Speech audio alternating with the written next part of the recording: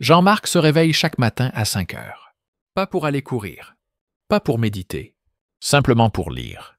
1 heure, avant que le monde ne se réveille, avant les emails, avant les obligations. Il y a 2 ans, à 54 ans, Jean-Marc était au bord de l'effondrement.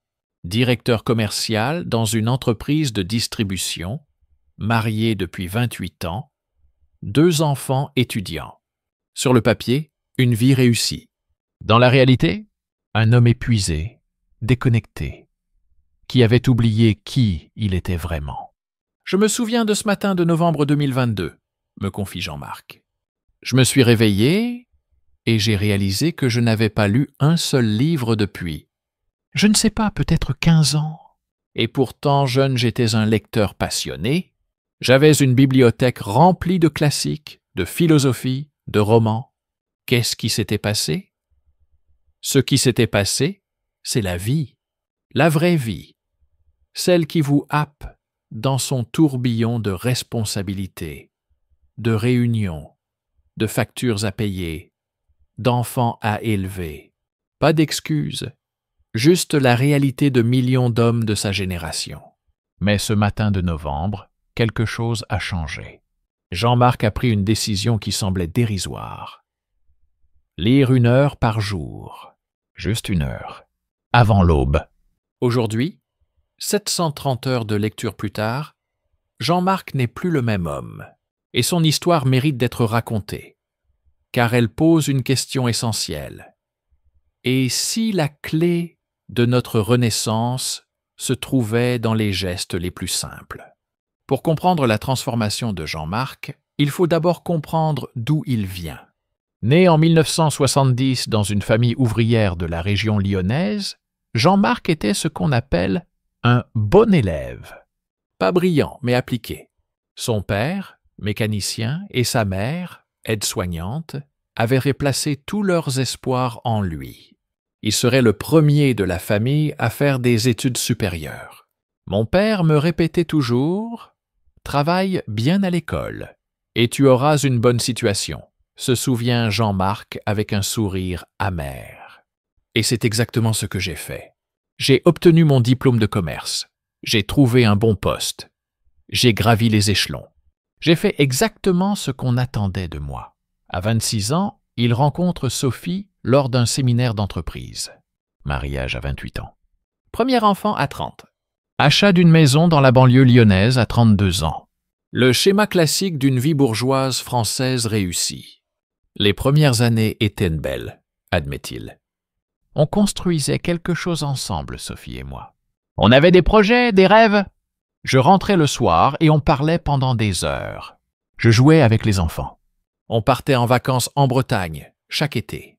Mais imperceptiblement, quelque chose s'est érodé. Les enfants ont grandi. Les conversations avec Sophie se sont limitées à la logistique familiale. Les promotions au travail se sont accompagnées de responsabilités croissantes, de voyages d'affaires, de soirées passées devant l'ordinateur. Vers 45 ans, je me suis retrouvé dans une routine implacable, explique Jean-Marc, le regard dans le vague. Réveil à 7 heures. Petit déjeuner avalé debout. Embouteillage. Bureau de 8h30 à 19h, parfois 20h. Retour à la maison. Dîner devant la télé. Quelques emails. Lit à 23h. Et le lendemain, la même chose. Les week-ends, tondre la pelouse. Course au supermarché. Parfois un repas de famille où tout le monde regardait son téléphone. Les vacances annuelles où il passait la première semaine à décompresser et la deuxième à stresser pour la rentrée. J'avais l'impression de vivre en mode automatique, confie-t-il. Je fonctionnais, mais je n'étais plus vraiment présent. Ni au travail, où je faisais mes réunions sans passion, ni à la maison, où j'étais physiquement là, mais mentalement absent. Sa santé s'en ressentait. À 50 ans, son médecin lui a diagnostiqué un prédiabète et une hypertension. Stress professionnel, a conclu le docteur en lui prescrivant des médicaments et en lui conseillant de ralentir un peu. Plus facile à dire qu'à faire quand on est directeur commercial d'une entreprise de 200 employés. Les relations aussi se détérioraient. Ses enfants maintenant étudiant, l'appelait rarement. Sophie et lui vivaient côte à côte, mais plus vraiment ensemble.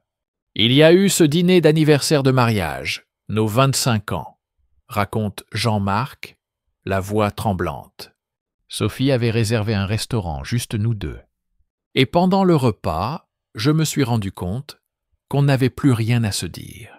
On a parlé des travaux de la maison, du nouveau boulot de notre fils, mais rien sur nous, rien de profond. C'était terrifiant. C'est cette nuit-là, en rentrant du restaurant, que le premier déclic s'est produit. Incapable de dormir, Jean-Marc est descendu dans son bureau et a regardé sa vieille bibliothèque. Les livres qu'il avait aimés à 20-25 ans. Camus, Sartre, Dostoïevski, Victor Hugo, des essais sur l'histoire, la philosophie, la psychologie. Je me suis demandé, qu'est-il arrivé à ce jeune homme qui dévorait ses livres, qui passait des heures à débattre avec ses amis de la condition humaine, du sens de la vie? Quand est-ce que je suis devenu cet homme vide, qui ne fait que travailler et survivre? Le véritable point de rupture est arrivé quelques semaines plus tard, en novembre 2022. Jean-Marc devait présenter une stratégie commerciale importante devant le comité de direction. Un projet sur lequel il travaillait depuis des mois. Mais ce matin-là, debout devant le PowerPoint, quelque chose s'est brisé. J'ai regardé tous ces graphiques, ces chiffres, ces projections, se souvient-il. Et j'ai pensé, à quoi bon? À quoi tout cela sert-il vraiment? J'ai eu une crise d'angoisse en pleine présentation. Mon cœur battait la chamade. Je transpirais, j'avais du mal à respirer. Mon patron m'a demandé de prendre quelques jours de repos. Le médecin a parlé de burn-out. Arrêt de travail de 2 semaines. Proposition d'antidépresseur que Jean-Marc a refusée. Ces 2 semaines ont été les plus difficiles de ma vie, admet-il. Rester à la maison seul face à moi-même. Sophie était au travail, les enfants à la fac. Je tournais en rond. J'ai pensé à tout. À ce que serait ma vie dans 10 ans si je continuais comme ça. À ce que mes enfants penseraient de moi. À ce que j'avais vraiment accompli. C'est pendant cette période qu'il est tombé sur un article dans un vieux magazine. Un homme racontait comment la lecture lui avait sauvé la vie après une dépression. Rien de spectaculaire. Juste lire chaque jour 1 heure. Au début, j'ai trouvé ça ridicule, confie Jean-Marc. Comment des livres pourraient-ils changer quoi que ce soit à ma situation? J'avais des problèmes réels, un travail épuisant, une vie de famille en miettes, une santé déclinante.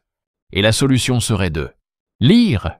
Mais n'ayant rien à perdre, un matin de novembre, à 5 heures, Jean-Marc s'est levé. Il a pris un livre au hasard dans sa bibliothèque. Le mythe de Sisyphe, de Camus, et il a commencé à lire. Je ne sais pas pourquoi j'ai choisi 5 heures du matin, explique-t-il.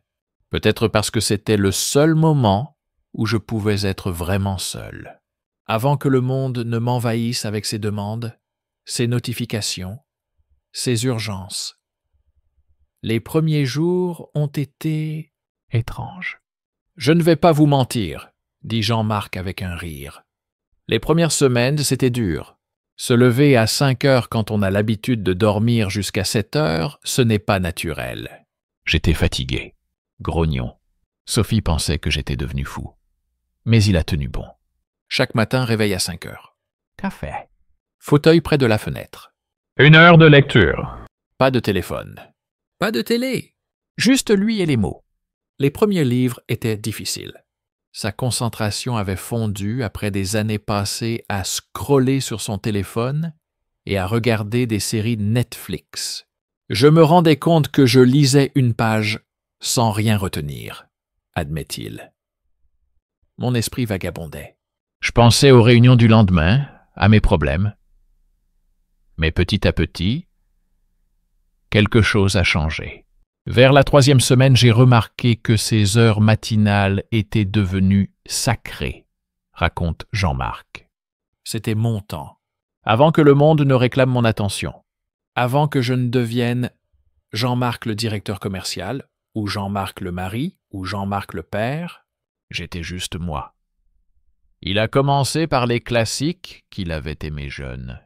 Puis il s'est aventuré vers de nouveaux territoires, développement personnel, biographie, philosophie orientale, neurosciences. Chaque livre ouvrait une porte, dit-il avec passion.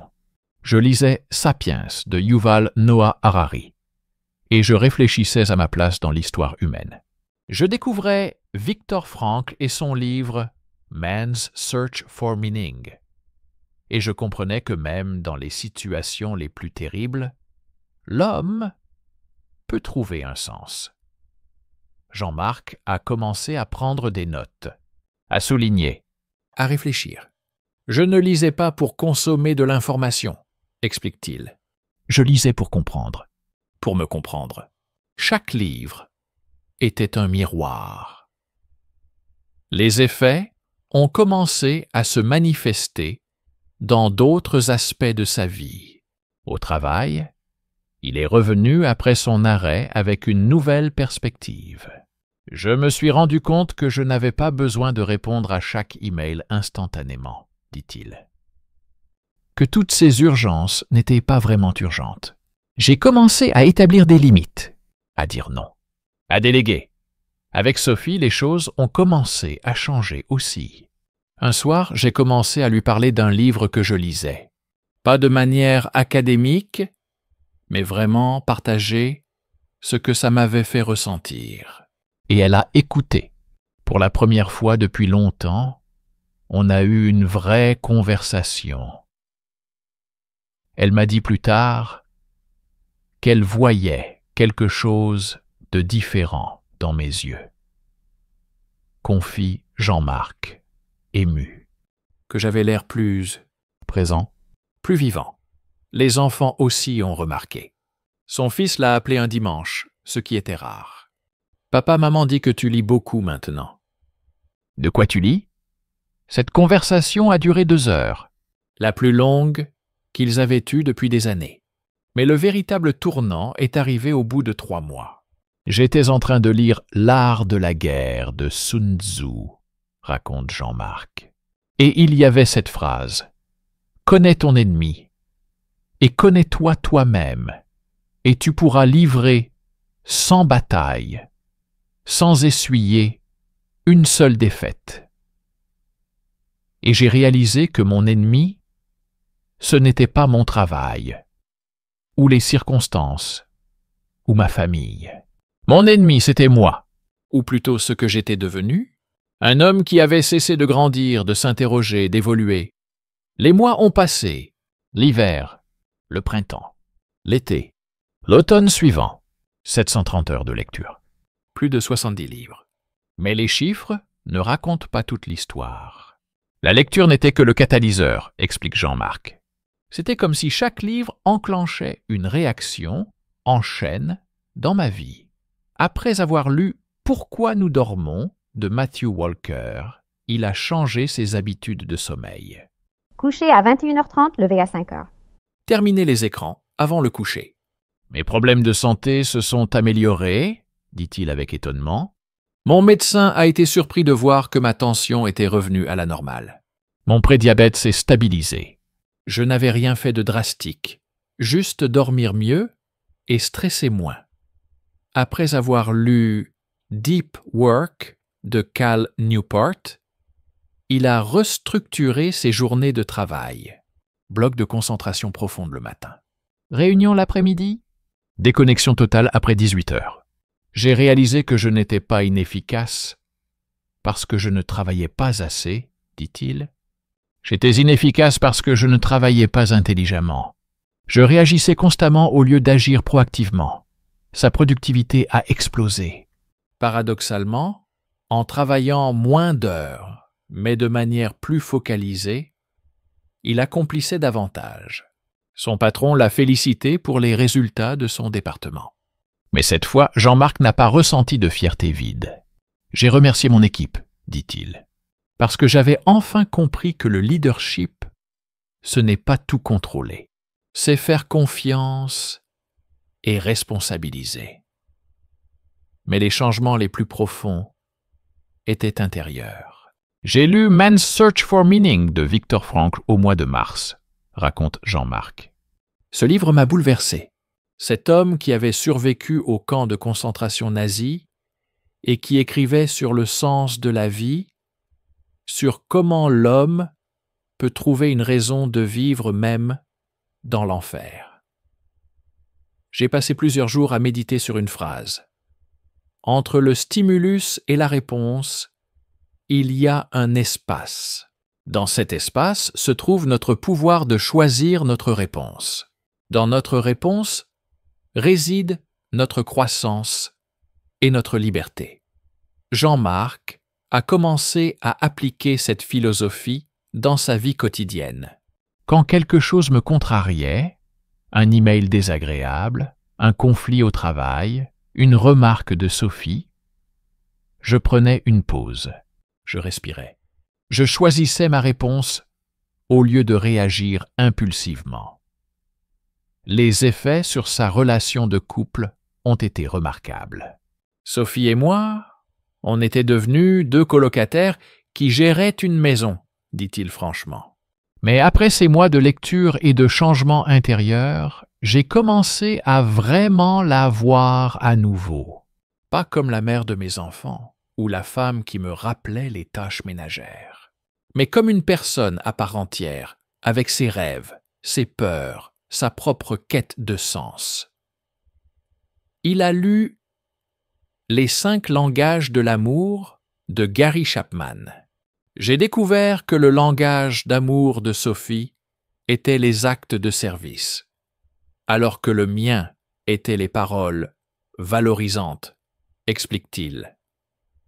Pendant 28 ans, on s'aimait, mais on ne parlait pas la même langue.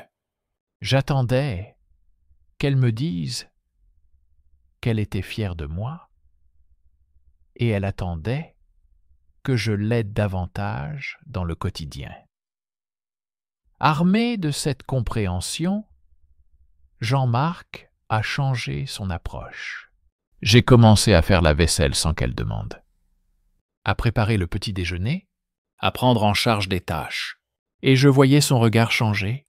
Elle se sentait vue, pas par de grands gestes romantiques, mais par 1000 petites attentions quotidiennes. Sophie, de son côté, a commencé à exprimer davantage sa gratitude et son appréciation. Un soir, elle m'a dit « Je suis fière de l'homme que tu deviens. » J'ai pleuré. C'était la première fois qu'elle me disait quelque chose comme ça depuis des années. La transformation de Jean-Marc a créé des ondes qui ont touché tout son entourage. Ses enfants ont remarqué le changement. Mon fils est venu passer un week-end à la maison, raconte Jean-Marc. Il m'a trouvé en train de lire le samedi matin. Il m'a demandé ce que je lisais. Je lui ai parlé de Sapiens. Il était fasciné. On a discuté pendant des heures de l'évolution humaine, de la technologie, de ce que signifie être humain. Cette conversation a ouvert une nouvelle dimension dans leur relation. Mon fils m'a dit plus tard qu'il ne m'avait jamais vu passionné par quelque chose, dit Jean-Marc, la voix étranglée par l'émotion.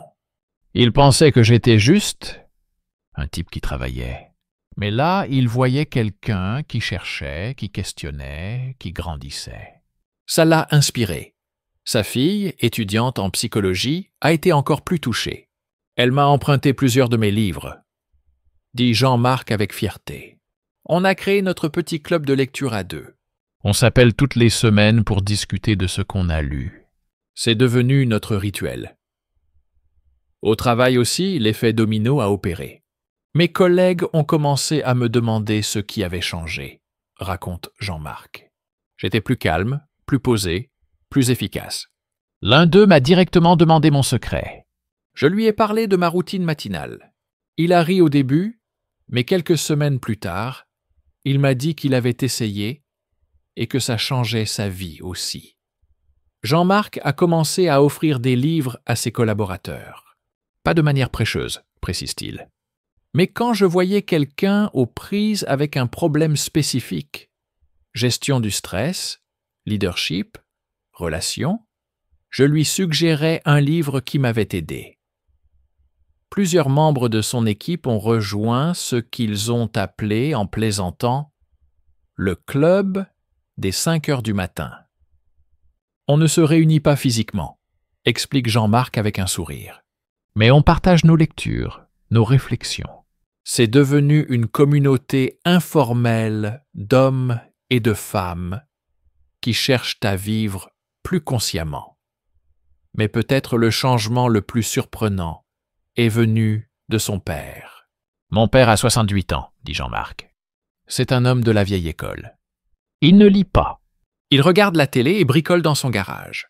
Mais quand je suis allé le voir et qu'il m'a vu lire, ça l'a intrigué. Le père de Jean-Marc lui a demandé de lui recommander un livre. Facile à lire, a-t-il précisé.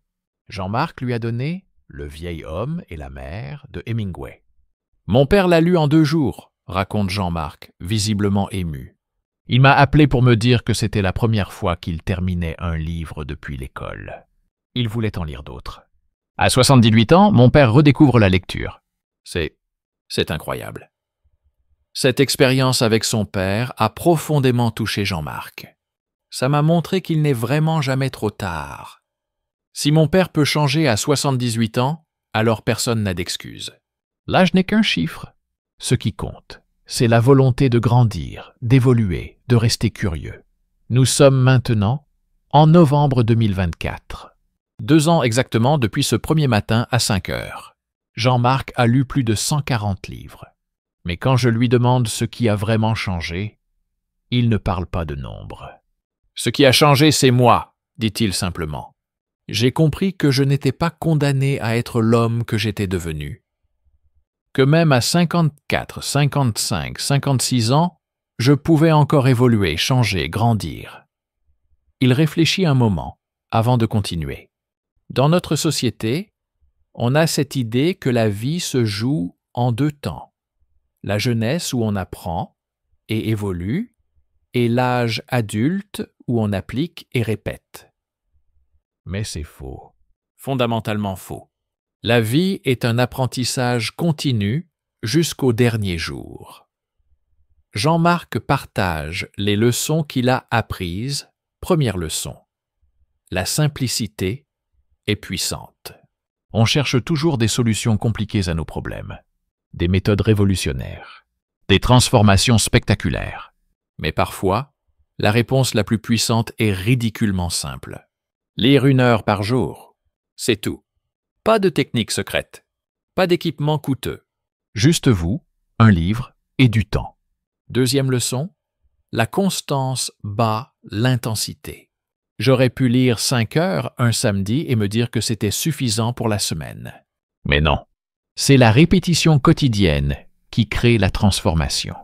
Comme une goutte d'eau qui creuse la pierre. Ce n'est pas la force de la goutte, c'est sa constance. Troisième leçon, le temps existe, on doit juste le protéger. Tout le monde dit « je n'ai pas le temps ». J'ai dit ça pendant 15 ans. Mais la vérité, on a tous 24 heures. La question est, que faisons-nous de ces heures? J'ai choisi de protéger 1 heure sacrée chaque matin, avant que le monde ne puisse me la voler avec ses urgences.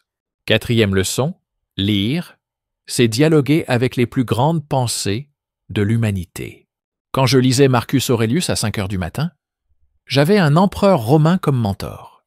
Quand je lisais Carl Jung, j'explorais les profondeurs de la psyché humaine avec l'un des plus grands psychologues.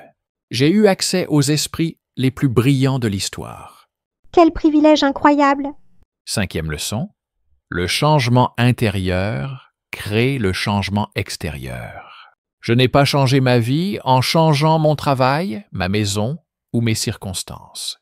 J'ai changé ma vie en changeant ma manière de penser, de percevoir, de réagir. Et tout le reste a suivi naturellement. Sixième leçon, il n'est jamais trop tard pour devenir qui on aurait pu être. George Eliot a écrit « Il n'est jamais trop tard pour être ce que vous auriez pu être ». J'ai 56 ans maintenant. J'ai peut-être encore 30 ans devant moi, si j'ai de la chance. C'est presque la moitié d'une vie. Une vie entière pour certains. Pourquoi la gaspillerais-je à être moins que ce que je peux être? La société nous dit que la jeunesse est le temps des rêves et des changements, qu'après 40, 50 ans, on doit s'installer dans ce qu'on est devenu. Mais je refuse cette idée. Je refuse catégoriquement. À 54 ans, j'ai commencé ma deuxième vie. Une vie plus consciente, plus intentionnelle, plus vraie. Aujourd'hui, Jean-Marc n'est plus directeur commercial. Il a accepté un poste moins stressant, avec moins de responsabilités managériales, mais plus de temps. Certains ont pensé que c'était une rétrogradation. Mais pour lui, c'est une promotion vers une vie meilleure. Il gagne moins, mais il vit plus. Il se réveille toujours à 5 heures, lit toujours 1 heure. Cette routine est devenue aussi essentielle que respirer. Sophie et lui ont recommencé à voyager.